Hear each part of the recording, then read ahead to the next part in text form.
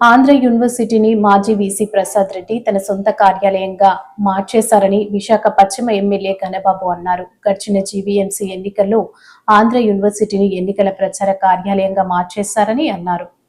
నీలం సంజీవ్ రెడ్డి గారు ఇట్లా ఒక స్టార్స్ అందరూ కూడా గుర్తొస్తారు. అధ్యక్ష, ఆంధ్ర యూనివర్సిటీ అనేటువంటిది ఒక ప్రతిష్టాకరమైంది. అందులో చదువుకున్న విద్యార్థులుగా కూడా మేము కూడా గర్వపడుతూ ఉంటాం. అసలు యూనివర్సిటీస్ అనగానే రాజకీయ అడ్డాలుగా మారకూడదు. యూనివర్సిటీస్ అనేటువంటివి ఒక చక్కటి విద్యావేత్తల్ని, ఆ ప్రొఫెసర్స్ని, ఆ వైస్ ఛాన్సలర్స్ని చూస్తే ఒక ఆదర్శంగా నిలుస్తూ ముందుకెళ్లేటువంటి తరుణంలో అలాంటి ఆ చరిత్ర మసకబారుతుంది. అధ్యక్ష, మేమేదో మా సభ్యులందరూ కూడా ఇది ఒక రాజకీయ పార్టీకి అడ్డాగా తయారు కావడం అనేటువంటిది ఒక ప్రధాన అంశం ఒక పక్కన పెడితే, సరే నియామకం జరిగినాక ఆంధ్ర యూనివర్సిటీ వీసీ ప్రసాద్ రెడ్డి గారు ఒక స్వామి భక్తిని చాటుతూ విగ్రహాన్ని నెలకొల్పడమే కాదు, యూనివర్సిటీలో జీవీఎంసీ ఎలక్షన్స్ అయితే ఆ ఎలక్షన్ సంబంధించిన క్యాంపెయిన్ యూనివర్సిటీలో జరిపారు. అధ్యక్ష, లోపల అభ్యర్థులకి బీఫామ్లు ఇవ్వడం దగ్గర నుంచి సెలక్షన్ ప్రాసెస్ అంతా కూడా యూనివర్సిటీ అడ్డాగా జరిగింది. అధ్యక్ష, వారు అంటున్నట్టు గ్రాడ్యుయేట్ ఎలక్షన్సే కాదు, కార్పొరేషన్ ఎలక్షన్స్లో టికెట్ల నిర్ధారణ నుంచి, అంటే ఒక పార్టీ అధ్యక్షుడి మాదిరిగా వీసీ అక్కడ ప్రవర్తించడం, వీటన్నిటికీ మించి రాజకీయాలు పక్కన పెడితే నియామకాల్లో అవినీతి, ఎవరైతే అడ్డగోలుగా అక్కడ ఉద్యోగాల అవకాశాలు కలిగించడం కానీ, మెడల్స్ ర్యాంకింగ్స్ ఇచ్చేయడంలో కూడా అడ్డదారులు దొక్కారు. అధ్యక్ష, సో యూనివర్సిటీలో ఏ అంశాలు ఉన్నాయో ఏ ఒక్కటి వదిలిపెట్టకుండా ప్రభుత్వం అండగా ఉంది. జగన్మోహన్ రెడ్డి గారి కనుసన్నల్లో విశాఖపట్నంలో నెంబర్ 2, నెంబర్ 3 అనేవారు. అధ్యక్ష, ఆ నెంబర్ 2, నెంబర్ 3 అని అనిపించుకోవడంలో ఇంకా అదనంగా అత్యుత్సాహాన్ని ప్రదర్శించి ఏ ఒక్కటి కూడా వదిలిపెట్టకుండా యూనివర్సిటీలో అక్రమాలకి అవకాశాలు ఇచ్చారు. అందుకనే విద్యాశాఖ మంత్రి గారిని మేము అందరం కోరేది ఒకటే, ఇలాంటి మరలా భవిష్యత్తులో ఏ యూనివర్సిటీలో కూడా, అది ఏ ప్రభుత్వం ఉన్నా ఏ యూనివర్సిటీలో కూడా రాజకీయ కార్యకలాపాలు కానీ, ముఖ్యంగా ఈ అవినీతి ఆరోపణలు కానీ ఎదుర్కొనే పరిస్థితి లేకుండా ఉండాలంటే దీనిపైన మరి ఒక కఠినమైనటువంటి చర్యలు ఉండాలి. దానిపైన అందుకనే విజిలెన్స్ ఎంక్వైరీ చేసి ఇప్పుడు వచ్చినటువంటి అభియోగాలన్నీ కూడా, ఇంకా చెప్పాలంటే ఇందాక రామకృష్ణ బాబు గారు చెప్పినట్టు చాలా ఉన్నాయి అధ్యక్ష ఆరోపణలు, వాటన్నిటిపైన ఎంక్వైరీ చేసి, విజిలెన్స్ ఎంక్వైరీ చేసి, అది కూడా ఏదో తూతూ మంత్రంగా విజిలెన్స్ ఎంక్వైరీ చేసి వదిలేస్తే సరికాదు అధ్యక్ష. ఆ ఎంక్వైరీకి నిర్దిష్టమైనటువంటి కాల పరిమితిని కూడా పెట్టి త్వరితగతిన ఎంక్వైరీ చేసి వారిపైన ఒక శిక్ష పడేలా చేస్తే భావితరాలు, ఎందుకంటే ఇప్పటికే యూనివర్సిటీస్ బ్రహ్మాండమైన నిర్ణయం తీసుకున్నారు. అధ్యక్ష, ఇప్పుడు ఈ రోజు విద్యా వ్యవస్థలో చక్కటి మార్పులు వస్తున్నాయనేటువంటి ఉద్దేశంతో అటు ఉపాధ్యాయులు కానీ కళాశాలలు కానీ చెప్పుకుంటున్నారు. అధ్యక్ష, ఈ రోజు లోకేష్ గారు తీసుకుంటున్న నిర్ణయాల వల్ల ఇలా గత ప్రభుత్వంలో నాటి ఆంధ్ర యూనివర్సిటీ వైస్ ఛాన్సలర్ చేసిన అవకతవకలపై కఠిన చర్యలు ఉంటాయి. ఇన్ఛార్జ్ వీసీ ఇప్పటికే విచారణకు ఆదేశించారు. ఈ రోజు గౌరవ సభ్యులు అడిగారు కాబట్టి విజిలెన్స్ విచారణ కూడా జరిపిస్తామని మంత్రి నారా లోకేష్ అన్నారు. అధ్యక్ష, యూనివర్సిటీ అనేది అందరికీ ఒక సెంటిమెంట్తో కూడింది. ఆంధ్ర యూనివర్సిటీ నుంచి అనేక పారిశ్రామికవేత్తలు, రాజకీయ నాయకులు, ప్రజాప్రతినిధులు కూడా వస్తాం జరిగింది. అధ్యక్ష, ఒకసారి చూస్తే అధ్యక్ష, bank of America vice chairman Andhra university alum, GMR గారు కూడా ఆంధ్ర యూనివర్సిటీ అలుమ్నాయి. ఇక్కడున్న చాలామంది శాసనసభ్యులు కూడా ఆంధ్ర యూనివర్సిటీ అలుమ్నాయి. అధ్యక్ష, అందుకే గౌరవ ముఖ్యమంత్రి గారు నన్ను విద్యాశాఖ మంత్రిగా అపాయింట్ చేసినప్పుడు అధ్యక్ష చాలా స్పష్టంగా నాకు చెప్పారు, ఒక ప్రభుత్వ విశ్వవిద్యాలయం ఉన్న 5 సంవత్సరాల్లో ప్రపంచంలోనే టాప్ 100 QS ర్యాంక్లో ఒక స్థానంలో ఉండాలి, నాట్ నంబర్ 1, టాప్ 100లో ఉండాలి అనే ఆలోచన నాకు ఆదేశాలు జారీ చేస్తాం జరిగింది. ఆయన ఆలోచన అదే అధ్యక్ష. దాంట్లో భాగంగా అధ్యక్ష నేను ఈరోజు గర్వంగా చెప్తున్నా, mathematics professor from IIT Kharagpur Rajasekhar గారిని ఏకంగా మన వైస్ ఛాన్సలర్గా మనం నియమించుకున్న అధ్యక్ష. ఇది ఎందుకు చేశానంటే సంస్కరణలు తీసుకురావాలి, కరికులంని బలోపేతం చేయాలనే లక్ష్యంతో మనం చేసాం. గౌరవ సభ్యులు చెప్పారు అధ్యక్ష, గతంలో జరిగిన అవకతవకలపైన మా దగ్గర ఉన్న కంప్లైంట్ అధ్యక్ష. మొదటిది misuse of RUSA grants of 20 crores అని, ఇంకో పక్కన ఇస్రో నుంచి వచ్చిన 25 లక్షల గ్రాంట్ కూడా ఇర్రెగ్యులారిటీస్ ఉన్నాయని, అవినీతి, abuse of power, misuse of students for political purposes అధ్యక్ష. ఇది గతంలో చూసాం. మాజీ ముఖ్యమంత్రి గారు ఎప్పుడన్నా విశాఖపట్నంకి వెళ్తే పిల్లలు క్లాస్లో ఉన్న పిల్లలు క్లాస్ ఆపేసి రోడ్ పైకి తీసుకొచ్చి ఏదో స్వాగతం పలకాలి, పూలు వేయాలని చెప్పే పరిస్థితి కూడా చూసాం అధ్యక్ష. అదేంది illegal appointment of register of Andhra university జరిగింది. Examination centres were chosen by collecting bribes from colleges for distance education. ఇంకో పక్కన illegal appointments. VC violated the constitution and campaigned for the party in direct elections in favor of ruling party, continuing the retired professors as principals against the rules of the university. ఇంకో పక్కన అధ్యక్ష irregularities, violations against the norms and act provisions. అంటే ఇట్లా అనేక complaints వచ్చినాయి. గౌరవ సభ్యులు అడిగారు, గతంలో కూడా మీరు చెప్పారు ఏమైందని. అధ్యక్ష, ఇన్ఛార్జ్ వైస్ ఛాన్సలర్ గారు ఒక కమిటీ నియమించారు. ఆ కమిటీ ద్వారా రిపోర్ట్ ఇవ్వాలని వాళ్ళు అడుగుతాం జరిగింది అధ్యక్ష. అందుకే గౌరవ సభ్యులు అడిగారు ఈరోజు ఎట్టి పరిస్థితుల్లో మీరు విజిలెన్స్ ఎంక్వైరీ చేయాలని. ఇది హౌస్ రిక్వెస్ట్ కనుక తప్పనిసరిగా 60 రోజులు అంటే టైం బౌండ్ పెట్టమని అందరు కోరారు. 60 రోజులు విజిలెన్స్ ఎంక్వైరీ పూర్తి చేసి తిరిగి ప్రభుత్వానికి పంపించాలని గౌరవ హౌస్ తరఫున ఆదేశాలు జారీ చేసి ఆ రిపోర్ట్ మళ్ళీ తిరిగి గౌరవ సభ్యులకు అందించే బాధ్యత ఒక మంత్రిగా నేను తీసుకుంటాను. రిపోర్ట్ వచ్చిన వెంటనే తప్పనిసరిగా కఠినంగా వ్యవహరిస్తాం, ఎవరిని ఉపేక్షించేది లేదని గౌరవ సభ్యులు తెలుపుకుంటూ, గణబాబు గారు కూడా చెప్పారు ఒక మంచి మాట, ఇంకొకసారి పొరపాటు చేయాలంటే భయపడాలి. అలాంటి యాక్షన్ తీసుకుంటేనే ప్రభుత్వ విశ్వవిద్యాలయాలు మనం కాపాడగలుగుతామని గౌరవ సభ్యులు కూడా మంచి సూచన చేశారు. ఆ తప్పనిసరిగా విజిలెన్స్ రిపోర్ట్ వచ్చిన తర్వాత గౌరవ ముఖ్యమంత్రి గారు టేబుల్ అయిన కూడా పెట్టి ఎలాంటి యాక్షన్ తీసుకున్నా ప్రభుత్వం కఠినమైన యాక్షన్ తీసుకుంటుందని గౌరవ సభ్యులకి సభసాక్షిగా హామీ ఇస్తున్నాను. గతంలో ఏయుకి వైస్ ఛాన్సలర్ గా పనిచేసిన ప్రసాద్ రెడ్డిపై విజిలెన్స్ విచారణ ఎంక్వైరీ వేయించాలని గాజువాక ఎమ్మెల్యే పల్లా శ్రీనివాసరావు అసెంబ్లీ వేదికగా డిమాండ్ చేశారు. ధన్యవాదాలు అధ్యక్ష. అధ్యక్ష సంతోషం అధ్యక్ష. మంత్రి గారు ఇర్రెగ్యులారిటీస్ జరిగేవని ఆంధ్ర యూనివర్సిటీలో వారు ఒప్పుకోవడం జరిగింది. అయితే మేము కోరేది ఏంటంటే గత సెషన్లో కూడా ఆంధ్ర యూనివర్సిటీకి సంబంధించి అప్పుడున్నటువంటి 2019-24 మధ్యన ఆంధ్ర యూనివర్సిటీ వైస్ ఛాన్సలర్గా ఉన్నటువంటి ఈ ప్రొఫెసర్ పివిజిడి ప్రసాద్ రెడ్డి పైన చర్యలు తీసుకోమని చెప్పేసి ఆ రోజు కూడా మేమంతా వారికి విన్నపించడం జరిగింది. కానీ ఇంతవరకు కూడా వారి మీద ఎటువంటి ఎంక్వైరీ చేయకపోవడం మాకు చాలా బాధ కలిగిస్తుందండి.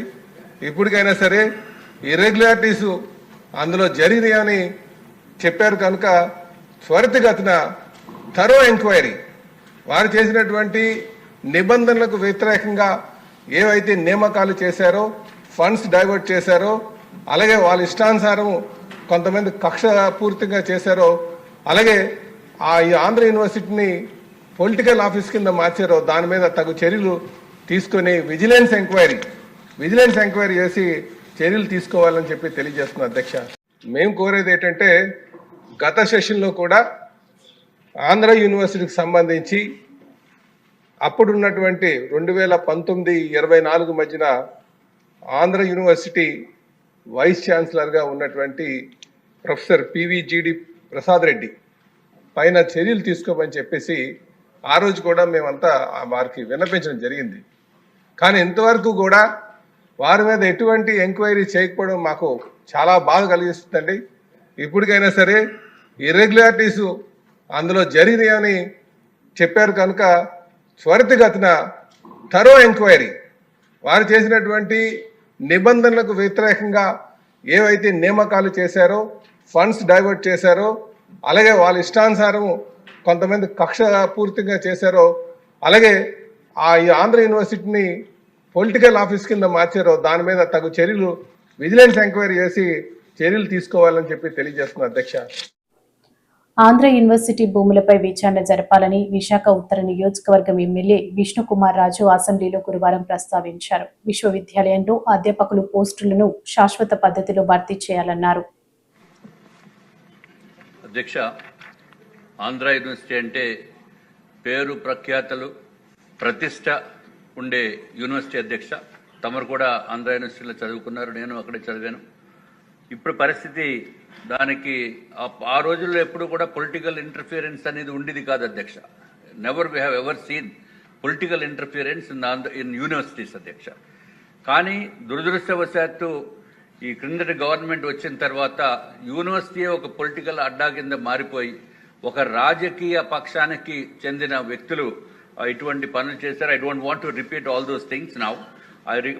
అధ్యక్ష, నేను తమరి ద్వారా గౌరవ మంత్రివర్యుల్ని రిక్వెస్ట్ చేసేది ఏంటంటే, యూనివర్సిటీ భూములంటే ప్రతి వాళ్ళకి ఒక ల్యాండ్ గ్రాబింగ్ చాలా ఈజీగా అనే భావన ఉంది అధ్యక్ష. మన దగ్గర 1956 సెటిల్మెంట్ రికార్డ్స్లో అధ్యక్ష ఆంధ్ర యూనివర్సిటీ భూములు ఎంత ఉన్నాయనేది ఉంది అధ్యక్ష. ప్రజెంట్ గ్రౌండ్లోకి వెళ్ళి చూస్తే ఆ భూములు కనపడవు అధ్యక్ష. అవన్నీ మిస్ అయిపోయినాయి, కబ్జాకు గురైనవి, వేరు వేరు విధాలుగా వేరు మందిని మేనేజ్ చేసుకుని ఆ ల్యాండ్స్ని కూడా మిస్ అయిపోవడం జరిగింది అధ్యక్ష. దయచేసి ఈ విషయాన్ని కూడా గౌరవ మంత్రివర్యులు ఏదైతే ఎంక్వైరీ వేద్దామనుకున్నారో దాంట్లో కూడా ఇది కూడా చేర్చి ఆంధ్ర యూనివర్సిటీకి చెందిన ల్యాండ్స్ అన్నీ కూడా ఉండేటట్టు చూడవలసిందిగా మీ ద్వారా నేను కోరుకుంటూ, అట్లాగే అధ్యక్ష 60% వేకెన్సీస్ ఉన్నాయి అధ్యక్ష యూనివర్సిటీలో. ఈ 60% వేకెన్సీస్ ఇప్పుడు ప్రస్తుతము contract professors, contract assistant lecturers కింద తీసుకుని వాళ్ళు నడుపుతున్నారు అధ్యక్ష. దానికి పర్మనెంట్ చేసి మంచి ఫ్యాకల్టీని కూడా నియమించాలి అధ్యక్ష. అట్లాగే అధ్యక్ష, ఏదైతే మనకి వాట్సాప్ గవర్నెన్స్ అని మనము గౌరవ మంత్రివర్యులు లోకేష్ గారు పెడుతున్నారో దాంట్లో కూడా ఈ Andhra university marks list, provisional certificates ఇవన్నీ కూడా అప్డేట్ చేసి ఈ వాట్సాప్ గవర్నెన్స్ ద్వారా ప్రజలందరికీ తెలిసేటట్టు, ఎవరికి కావాలంటే వాళ్ళకి వీలుగా తీసుకునేటట్టు ఉండాలి అధ్యక్ష. అట్లాగే యూనివర్సిటీ క్యాంపస్లో కూడా హాస్టల్స్లో స్ట్రిక్ట్ విజిలెన్స్ ఉండాలి అధ్యక్ష. ఏదైతే లిక్కర్ కానీ, డ్రగ్స్ కానీ, గంజాయి కానీ అక్కడ యూనివర్సిటీ క్యాంపస్లోకి వెళ్లకుండా బయట నుంచి ఉండే వ్యక్తులు కూడా యూనివర్సిటీలో ఉండే పరిస్థితి ఉంది. దాన్ని కూడా అరికట్టడానికి పూర్తి ప్రయత్నం చేయాలని చెప్పి మీ ద్వారా గౌరవ మంత్రివర్యుల్ని నేను కోరుతున్నాను అధ్యక్ష. అధ్యక్ష, వీళ్ళు ఫాలో అవుతారో లేదో తెలియదు అధ్యక్ష.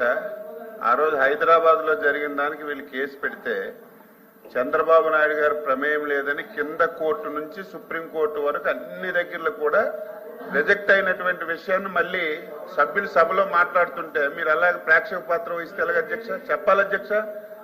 ఆ రోజు మీరు మాట్లాడినటువంటిది కేసు కడితే చంద్రబాబు నాయుడు గారికి ప్రమేయం లేదని చెప్పి కింద కోర్టు నుంచి సుప్రీంకోర్టు వరకు వెళ్లారు అధ్యక్ష. అన్ని దగ్గరలో కేసులన్నీ కొట్టేసి అందులో చంద్రబాబు నాయుడు గారు ప్రమేయం లేదంటే దాని మీద మాట్లాడుతున్నారు. ఈ రోజు మా సభ్యులు దేని మీద ఇచ్చారు అధ్యక్ష? 2014, 19 మీరు మాట్లాడటం ఎందుకు? 19లో మీరు అధికారంలోకి వచ్చారు కదా, అధికారం మీ చేతిలో ఉంది కదా. మీరు ఆ రోజు మేము చేసిన తప్పులుంటే ఏమైనా చేయొచ్చు కదా. మేము ఈ రోజు 2019, 2024 అధ్యక్ష, 2019, 2024 ఆ రోజు ఉన్నటువంటి ప్రభుత్వం ప్రతి స్కీమ్ ని ఒక స్కామ్ గా డిజైన్ చేసుకుని అధ్యక్ష ప్రకృతి ఇచ్చినటువంటి పంచభూతాలు అధ్యక్ష. నేను చాలా సార్లు చెప్పాను, ఇసుక గాని, మైన్స్ గాని, ల్యాండ్స్ గాని, లిక్కర్ గాని, ఈ రోజు అడవలి ఎర్రచందనం గాని టోటల్ గా స్కామ్ చేశారు అధ్యక్ష. మాట్లాడితే మీ దగ్గర అధికారం ఉంది కదా, ఎంక్వైరీ చేయొచ్చు కదా. ఇప్పుడు మా సభ్యురాలు చెప్పింది ఆ పేర్లు నేను ఎత్తదలుచుకోలేదు, ఎందుకంటే నాకు తెలిసింది కాబట్టి సభలో లేనటువంటి పేర్లు ఎత్తను. ఎంక్వైరీ అయింది అధ్యక్ష, రిపోర్ట్లు కూడా ప్రభుత్వం దగ్గరికి వచ్చాయి. ప్రతిదీ సభలో పెడతాం. ఎవరు తప్పు చేసిన కక్ష సాధింపు అనేది మా దగ్గర ఉండదు. లేని వాళ్ళ మీద కేసులు పెట్టే ఆలోచన ప్రభుత్వానికి లేదు. మీలాగా అధ్యక్ష నిన్న గందరగోళం చేశారు అధ్యక్ష పెద్దలు బొత్స సత్యబాబు గారు. ఆయన కూడా 5 సంవత్సరాలు ప్రభుత్వంలో ఉన్నారు అధ్యక్ష. ప్రజాస్వామ్యం అధ్యక్ష, ప్రజాస్వామ్యం అధ్యక్ష ప్రజాస్వామ్యం అంటే ప్రతి ఒక్కరికి స్వేచ్ఛ ఉండాలి అధ్యక్ష, మాట్లాడే హక్కు ఉండాలి అధ్యక్ష. 5 సంవత్సరాలు నిన్నను వీళ్ళు ఏదో ఒక కార్యక్రమానికి పిలిపించారు అధ్యక్ష. ఎక్కడైనా మేము అడ్డు పెట్టాం అధ్యక్ష? ఎక్కడైనా అడ్డు పెట్టాం అధ్యక్ష? 5 సంవత్సరాల్లో ఆ రోజు ప్రతిపక్ష పార్టీగా, ఆ రోజు శాసనసభ్యుడిగా ఒక కార్యక్రమాన్ని ఆ రోజు ప్రభుత్వం చేసినటువంటి ప్రజా వ్యతిరేక విధానాల మీద ఒక ప్రోగ్రాం ఇస్తే 5వ గంటకే పోలీసులు వచ్చి మా ఇంటికి తాళాలేసి బయటికి కూడా అడుగు పెట్టినటువంటి పాలకులీలు ఈ రోజు మా గురించి మాట్లాడుతుంటే బాధ కలుగుతుంది అధ్యక్ష. మీరు చెప్పేటట్టుగా మేము వేగ్గా ఏది మాట్లాడడం లేదు. ప్రతి ఇష్యూ మీద ఎంక్వైరీ జరుగుతుంది. ఒకరోజు ఆలస్యమైన తప్పనిసరిగా మేము పద్ధతి మీద వెళ్తాం, తప్పు చేసిన వాళ్ళకి విడిచిపెట్టాం. నేను ఎందుకు ఇంటర్ఫీర్ అయ్యానంటే హైదరాబాద్ నుంచి పారిపోయి వచ్చామని, ఆ రోజు ఏదో ఎమ్మెల్యేల గురించి అవినీతి చేశామని ఇలాంటి సౌకుబారు మాటలు మాట్లాడితే మాత్రం ఊరుకునే ప్రశ్నే లేదు. ఆ కేసు కొట్టేశారు. ఆ రోజు రాష్ట్రం విడిపోయింది. హైదరాబాద్ లో ఉండి మనం పరిపాలన చేస్తే మన రాష్ట్రం అభివృద్ధి జరగదు, మన రాష్ట్రం నుంచే మనం పరిపాలన చేసుకోవాలని ఇక్కడికి వచ్చి ఈ రోజు అమరావతిలో పాలన ప్రారంభించి 2014-19 అధ్యక్ష ఆంధ్రప్రదేశ్ చరిత్రలో ఒక సువర్ణ అధ్యాయం అధ్యక్ష. చంద్రబాబు నాయకత్వంలో నేను 6 సార్లు నుంచి ఎమ్మెల్యేగా ఉన్నాను. ఎంతో మంది ముఖ్యమంత్రులు చూశారు. కూర్చోండి. ఫస్ట్ టైం అధ్యక్ష 2014-19 సంక్షేమము, అభివృద్ధి, ఇండస్ట్రీస్ ప్రతిది కూడా ఆ రోజు చంద్రబాబు నాయకత్వంలో చేస్తే దాని గురించి వీళ్ళు మాట్లాడడం చాలా విడ్డూరంగా ఉందని మీ ద్వారా సభ్యులకు తెలియజేసి మీరు చెప్పండి, ప్లీజ్ మీరు చెప్పండి. 2019-24 అది కూడా అధ్యక్ష మీరెవలేరు, ప్లీజ్ కూర్చొని మా సభ్యులు ఇచ్చారు అధ్యక్ష. ప్లీజ్ సార్ డిస్కషన్ కి మా సభ్యులు ఇచ్చారు. కాబట్టి ఈ విషయాలన్నీ కూడా దృష్టిలో పెట్టుకోమని చెప్పి మీ ద్వారా సభ్యులకి నేను అడుగుతున్నాను గారు. అధ్యక్ష దయచేసి వివిధ కారణాలతో పెన్షన్స్ తొలగించారని, దాదాపు 2 లక్షల పెన్షన్లు తగ్గించారని వైసీపీ సభ్యులు తెలిపారు. వైసీపీ హయాంలో 13 లక్షల వరకు కొత్త పెన్షన్లు ఇచ్చామని చెప్పుకొచ్చారు. వైసీపీ సభ్యుల ప్రశ్నలకు మంత్రి కొండపల్లి శ్రీనివాస్ దీటైన సమాధానం ఇచ్చారు. అడుగుతున్న విధానం బట్టి చూస్తే కొంత మేము షేర్ చేయాల్సిన అవసరం ఉందని భావిస్తున్న కొంత సమయం అడుగుతున్నాను అధ్యక్ష. ముందుగా యాక్చువల్ గా పెన్షన్ అనే కార్యక్రమం మొదలుపెట్టింది తెలుగుదేశం ప్రభుత్వం అధ్యక్ష. నందమూరి తారక రామారావు గారు ఓల్డ్ ఏజ్ పెన్షన్ ఉండాలి, వృద్ధులకి పెన్షన్ ఇచ్చి గౌరవంగా వాళ్ళ గ్రామాల్లో ఉండాలంటే, వాళ్ళ ఇంట్లో ఉండాలంటే ఖచ్చితంగా ఓల్డ్ ఏజ్ పీపుల్ కి. అయ్యా సార్ మీరు మాట్లాడలేదు, నేను మాట్లాడలేదు అధ్యక్ష. ముందు టైం అడిగాను సార్. వాళ్ళు చాలా అవాస్తవాలు చెప్పారు, నేను ఏం అనలేదు. వాళ్ళు చాలా అవాస్తవాలు చెప్పారు, అన్నింటికి సమాధానం ఇస్తాను అధ్యక్ష. ఈరోజు పెన్షన్ మొదలుపెట్టింది తెలుగుదేశం ప్రభుత్వం. ఈ రోజు 2014లో 200 నుంచి 1000 రూపాయలు చేసింది తెలుగుదేశం ప్రభుత్వం. 1000 రూపాయల నుంచి 2000 చేసింది కూడా తెలుగుదేశం ప్రభుత్వమే. 2000 నుంచి 3000 రూపాయలు చేయడానికి 4-5 సంవత్సరాలు పట్టింది అధ్యక్ష. ఈ రోజు ప్రభుత్వం ఏర్పడిన వెంటనే 3000 ఉన్న పెన్షన్ 4000 చేయడం, అంతేకాకుండా డిజేబిలిటీ పెన్షన్ 1500 నుంచి 2500 చేయడం, అలాగే 70% డిజేబిలిటీ ఉన్న వాళ్ళకి 2014లో, అలాగే 1500 నుంచి 2000 40% డిజేబిలిటీ చేయడం. మళ్ళీ ఈ రోజు ఈ ప్రభుత్వం ఏర్పడిన వెంటనే డిజేబిలిటీ పెన్షన్ కూడా డబుల్ చేసి 3000 నుంచి 6000 చేయడం జరిగింది అధ్యక్ష. ఇది మేము పెన్షన్దారులకి ఇచ్చే గౌరవం. ఇది గౌరవంగా వాళ్ళు చూసుకొని వాళ్ళ తాలూకా ఖర్చు నిమిత్తమే వాళ్ళకున్న ఇబ్బందుల్ని తొలగిపోవడానికి ఇచ్చే ప్రయత్నం, గవర్నమెంట్ ఇచ్చే ప్రయత్నం అధ్యక్ష. మరి అంతేకాకుండా ఈ రోజు ఎవరైతే బెడ్ రిడన్ ఉన్నారో, యాక్సిడెంట్ విక్టిమ్స్ కానీ లేకపోతే పెరాలసిస్ విక్టిమ్స్ కానీ, వాళ్ళకు కూడా 5000 నుంచి 15000 చేసిన ప్రభుత్వం ఈ ప్రభుత్వం అధ్యక్ష. 5000 నుంచి 15000 చేసిన ప్రభుత్వం ఈ ప్రభుత్వం అంటే ఇదే ప్రభుత్వం అధ్యక్ష. మరి అంతేకాకుండా కిడ్నీ డయాలసిస్ ఉన్న పేషెంట్స్ కూడా 10,000 చేయడం జరిగింది అధ్యక్ష. మరి అంతేకాకుండా వాళ్ళు 2019 నాటికి నెలకి 1300 కోట్లు వాళ్ళు ఖర్చు పెడితే ఈ రోజు ప్రభుత్వం 2700 కోట్ల రూపాయలు ఈ ప్రభుత్వం ఖర్చు పెట్టడానికి మేము గర్వపడుతున్నాం అధ్యక్ష. ఎందుకంటే నిరుపేదలకి ఈ రోజు పెన్షన్ నిమిత్తమే వాళ్ళకి గౌరవంగా వాళ్ళకి ఇబ్బంది లేకుండా బతకడానికి ఇస్తున్నటువంటి పెన్షన్ ను మేము గౌరవంగా చెప్పుకోవడానికి గౌరవ ముఖ్యమంత్రి వారు ప్రతి నెలగా 1వ తారీఖున ప్రతి అందరికీ కూడా శాసనసభ్యులందరినీ కూడా ఒక గ్రామం విజిట్ చేసి ఆ గ్రామంలో నిరుపేదలు పలకరించి వాళ్ళకి ధైర్యం నింపే ప్రయత్నం ఈ ప్రభుత్వం చేస్తున్న అధ్యక్ష. మరి అంతేకాకుండా ఈ రోజు దేశం మొత్తంలో చూసుకుంటే ఈ ప్రభుత్వం ఖర్చు పెట్టినట్టు విధానంలో ఎక్కడా లేదు అధ్యక్ష. ఈ రోజు మొత్తం దేశంలో 13% పాపులేషన్ కి 13% పాపులేషన్ కి ఈ రాష్ట్రం ఖర్చు పెడుతూ దేశంలో నెంబర్ 1 స్థానానికి ఈ దేశంలో నిరుపేదలకి డబ్బులు ఇవ్వడానికి పెన్షన్ నిమిత్తమై ఈ ప్రభుత్వం చేస్తుంది అధ్యక్ష. అంతేకాకుండా ఈ రోజు 4000 రూపాయలు మన ప్రభుత్వం చేస్తుంది. మరి ఈ రోజు తర్వాత నెక్స్ట్ హైయెస్ట్ పెన్షన్ ఇచ్చేది 2500 హర్యానా రాష్ట్రం. ఇవన్నీ కూడా ఏంటంటే మనం చెప్పాల్సింది ఏంటంటే ఈ రోజు గౌరవ సభ్యులు అడుగుతున్నారు నిరుపేదల గురించి. ఈ రోజు మేము చెప్తున్నాం నిరుపేదల పక్షాన నిలబడుతున్న ప్రభుత్వం ఏదైనా ఉంటే అది తెలుగుదేశం ప్రభుత్వాన్ని ఖచ్చితంగా మేము చెప్పగలం అధ్యక్ష. మరి అంతేకాకుండా ఈరోజు గౌరవ సభ్యులు చెప్తున్నారు నిరుపేదలు పెద్దవారికి ఇది నిరుపేద ప్రభుత్వం అని. ఈ రోజు గతంలో చూసుకుంటే 2019 నుంచి 2024 వరకు సుమారు 24 లక్షల పెన్షన్లు వాళ్ళు తీయడం జరిగింది అధ్యక్ష. దానికి కూడా నా దగ్గర ప్రూఫ్స్ ఉన్నాయి, దాని రికార్డు ఉంది. మొదటి సంవత్సరంలోనే 6 లక్షల వైఎస్ జగన్ కోటారి అంటే అది ఆయనను అభిమానించే ప్రజలు 15 ఏళ్లుగా పార్టీ కోసం కష్టపడి పనిచేస్తున్న వైఎస్ఆర్సీపీ కార్యకర్తలేనని మాజీ మంత్రి గుడివాడ అమర్నాథ్ స్పష్టం చేశారు. విశాఖపట్నం వైసీపీ కార్యాలయంలో మీడియాతో మాట్లాడుతూ విజయరాయ్ సాయిరెడ్డి చేసిన వ్యాఖ్యలపై ఘాటుగా స్పందించారు. అది వారి బాధ్యత అనేటువంటిది కూడా వారు గుర్తిస్తూ ఉన్నాం. మళ్ళీ ఏంటి ఇదంతా కూడా మళ్ళీ సూపర్ 6లో హామీ కాదు, ఇది కంటిన్యూస్ ప్రాసెస్ లాగా పెన్షన్స్ కానీ ఫీజు రీఎంబర్స్మెంట్ కానీ లేకపోతే ఆరోగ్యశ్రీ కానీ ఇవన్నీ విద్యా వైద్యం అనేటువంటి టాప్ ప్రయారిటీస్ ఏ గవర్నమెంట్ కన్నా. అది కూడా టేకప్ చేయకపోతే ఎలాగా? మళ్ళీ తిరిగి మళ్ళీ ఇంకా జగన్మోహన్ రెడ్డి గారే రైట్. విజయసాయి గారు కొన్ని కీలక వ్యాఖ్యలు చేశారు మీ మీద, మీ పార్టీ మీద జగన్ చుట్టూ ఒక కోటరీ ఉందని, ఆ పార్టీలో అవమానాలు ఇబ్బందులు పడ్డామని అంటున్నారు. ఏంటి సార్ అసలు? ఎవరు పడ్డారు అవమానాలు? అతనే చెప్పారు విజయసాయి గారు. ఎవరి గురించి?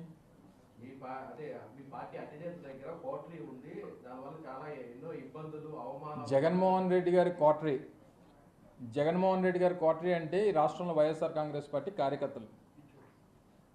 జగన్మోహన్ రెడ్డి గారి కోటరీ అంటే ఈ రాష్ట్రంలో వైఎస్ఆర్ కాంగ్రెస్ పార్టీ మొదటి నుంచి 14 సంవత్సరాలుగా జగన్మోహన్ రెడ్డి గారి కోసం పార్టీ కోసం కష్టపడి పనిచేస్తున్నటువంటి కార్యకర్తలే జగన్మోహన్ రెడ్డి గారి కోటరీ.